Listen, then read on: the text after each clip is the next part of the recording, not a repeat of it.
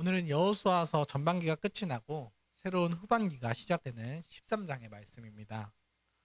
13장은 이렇게 시작합니다. 여호수아가 나이가 많아 늙음에. 하나님이 세우신 지도자 여호수아도 흐르는 이 세월 앞에서 어쩔 수가 없었습니다. 하나님께서는 인생의 황혼기에 접어든 이 여호수아에게 새로운 사명을 주십니다. 지금까지의 이 여호수아서가 가나안 땅을 점령해 나가는 전쟁의 기록이었다면 이제부터 13장부터는 그 정복한 땅을 나누어주는 분배와 정착의 이야기입니다. 하나님께서는 아직 정복되지 않은 이 땅이 남아있음에도 불구하고 믿음으로 그 땅을 나누라고 명하십니다. 13장의 이 말씀을 통해서 오늘 이 땅을 살아가는 우리가 어떤 자세로 살아가야 하는지를 함께 나누어 보겠습니다.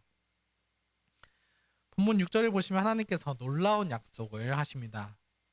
내가 아직 남아있는 그 민족들을 내가 직접 쫓아내 주겠다 라는 것입니다. 그런데 바로 이어서 그것을 9지파 반에게 나누어 기업이 되게 하라고 하십니다. 르우벤, 갓, 므낫세 반지파는 그 요단 동편에서 먼저 기업을 받았습니다. 하나님께서는 우리에게 먼저 주시고 또 그 주신 약속 위에서 우리가 노력하게 하셨습니다. 하나님이 쫓아내시겠다고 약속하셨지만 이스라엘은 가만히 구경만 해서는 안 되겠습니다. 그들은 직접 발로 밟고 땀 흘려 싸워야 했습니다. 하나님의 보호와 약속은 결코 우리의 게으름을 정당화하는 핑계가 되어서는 안 됩니다. 가정에서, 직장에서 우리는 누구보다 부지런히 일해야 합니다. 그러나 동시에 잊지 말아야 할 것은 내 노력으로 다 이룬 것 같아도 사실은 하나님께서 주시기로 약속했기 때문에 우리가 받는 것, 얻는 것이라는 것입니다.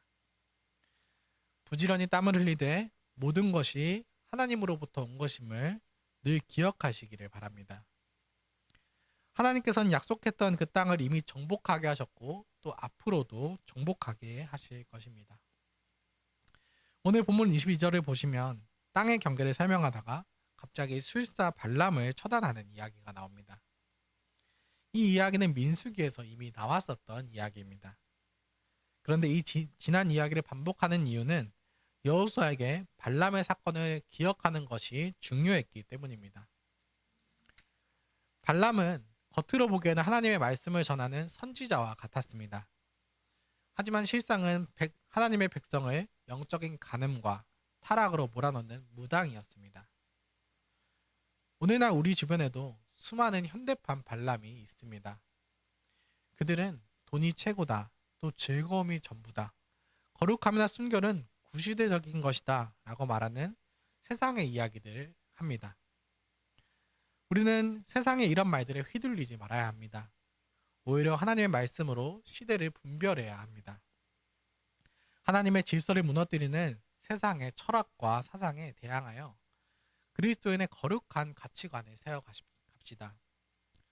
세상에서 기독교에 제기하는 의문과 조롱과 비난에 모두 그리스도로 답합시다.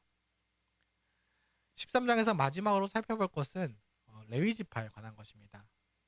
레위지파는 본문에서 2번이나 반복해서 강조합니다. 14절에 레위지파에게는 땅을 기업으로 주지 않았다 라고 합니다. 또한 33절은 레위지파에게 기업을 주지 아니하였으니 이스라엘 하나님 여호와가 그들의 기업이 되심이라고 합니다. 레위인에게는 자기 소유의 땅이 없었습니다. 인간적으로 보면 가장 불안하고 가난해 보입니다. 하지만 그들은 하나님께 드려지는 이 예배를 통해서 살아갔습니다. 땅보다도 더 확실한 하나님의 말씀을 근거로 살았던 것입니다. 사실 우리 그리스도인들은 이 세상에서 영적인 레위인으로 부름을 받았습니다. 우리가 이 땅에서 집을 사고 또 통장 잔고를 채우며 살아가지만 우리의 진짜 재산은 이 땅의 것이 아닙니다. 바로 하나님 자신이 우리의 기업이 되어 주십니다. 사도 바울은 세상 물건을 쓰는 자들은 쓰지 않는 자 같이 하라고 했습니다. 이 땅의 것들이 전부인 양 매달리지 말라는 뜻입니다. 하나님이 나의 기업이 되신다는 이 확신이 있을 때 우리는 비로소 세상의 결핍과 또 불안으로부터 자유로워질 수 있습니다. 이제 말씀을 맺겠습니다. 이스라엘 백성들은 이미 모든 땅을 다 정복해서 분배했던 것이 아닙니다. 하나님께 땅을 받았지만 여전히 그 땅에는 강력한 가나안의 족속들이 버티고 있었습니다.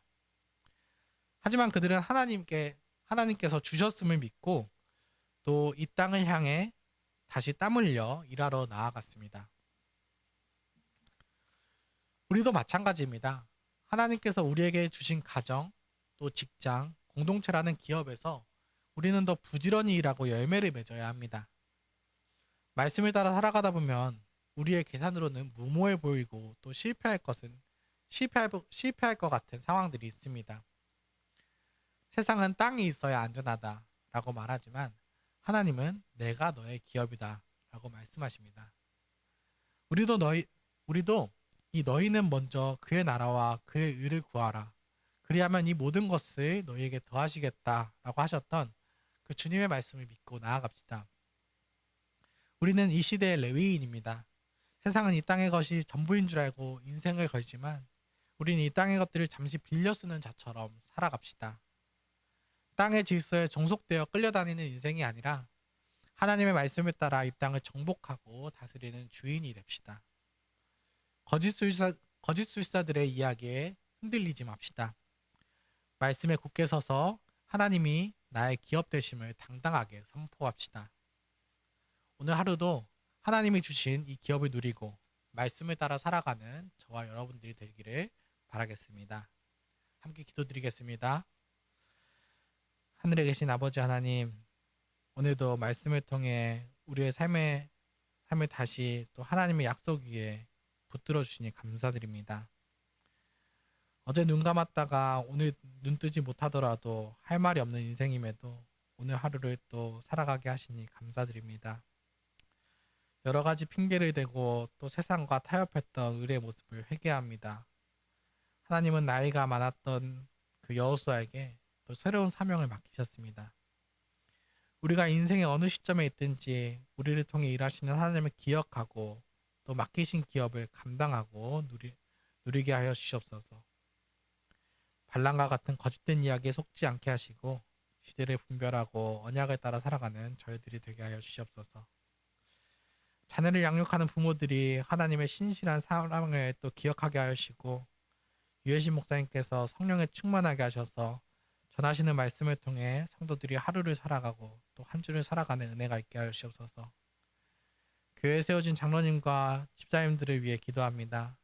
교회를 돌보고 또 이 땅의 최전선에서 분투하는 이들을 하나님께서 기억하여 주시고 작은 순종에도 또 그 작은 순종과 섬김일지라도 크게 받아주셔서 열매 맺는 역사가 있게 하여 주시옵소서. 하나님께서 베풀어 주신 그 승리가 직분자들의 가정과 교회에서 사랑으로 이어지게 하여 주시옵소서.